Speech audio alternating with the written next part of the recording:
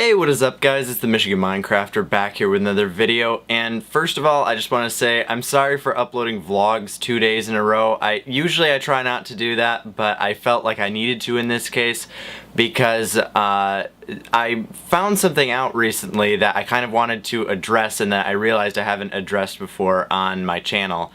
And that is that I think YouTube's having some issues again. Now, I'm not talking about the two main issues that most people have been talking about right now, which is the restricted mode issues with like the LGBT community.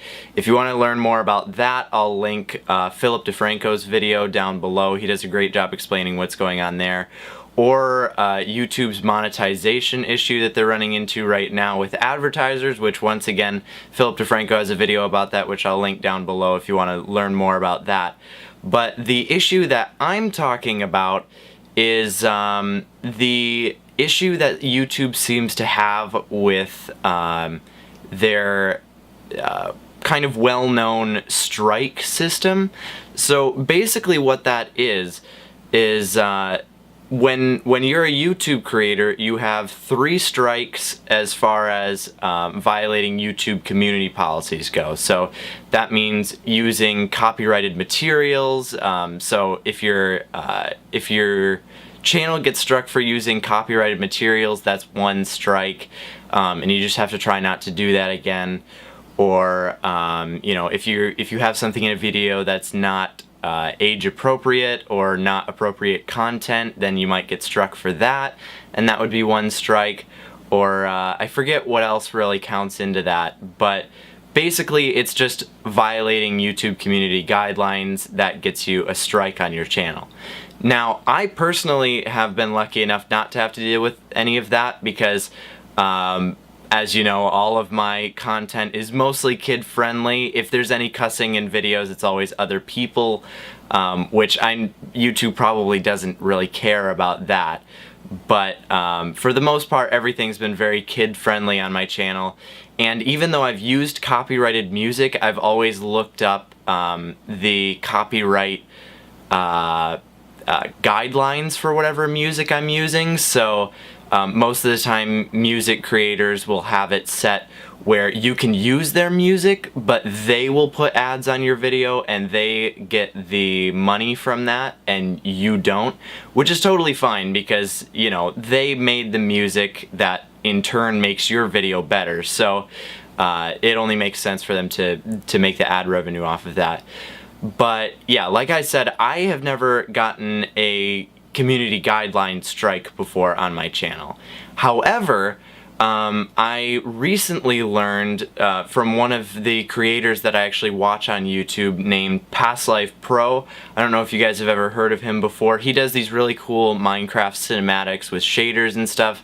A lot of times I go to him when I'm looking for new shaders to download or anything like that. He recently made a video that one of his second channels where I think all that he did on his other channel was make these cool bike riding videos, kind of showing, you know, where he rides his bike to or different trails or something like that. I watched a couple videos from it.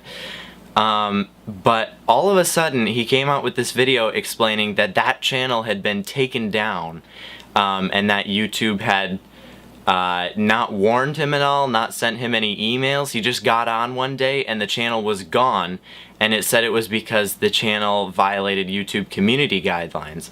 So my immediate thought was, you know, you might have used copyrighted music that you didn't look up the guidelines for ahead of time.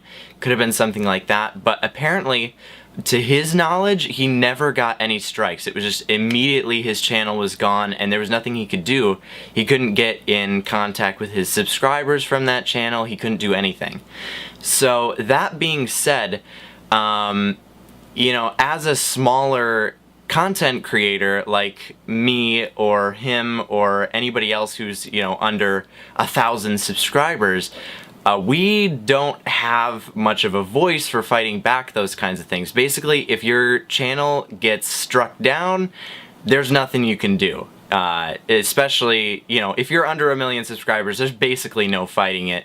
because YouTube doesn't have time to go through and look at each case on an individual basis, which makes sense because there's so much content on YouTube. So that being said, if anything were to happen to my channel, I realized that I don't have a way of getting in contact with you guys because I haven't really pointed out my other sources of social media on here.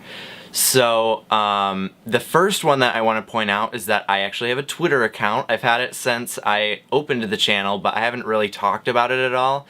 So I understand if people didn't really go and look for it, but I might put a link right here, or if not, the link to my Twitter is always on my channel page. You know, if you've got the banner right here, it's down in the bottom right hand corner.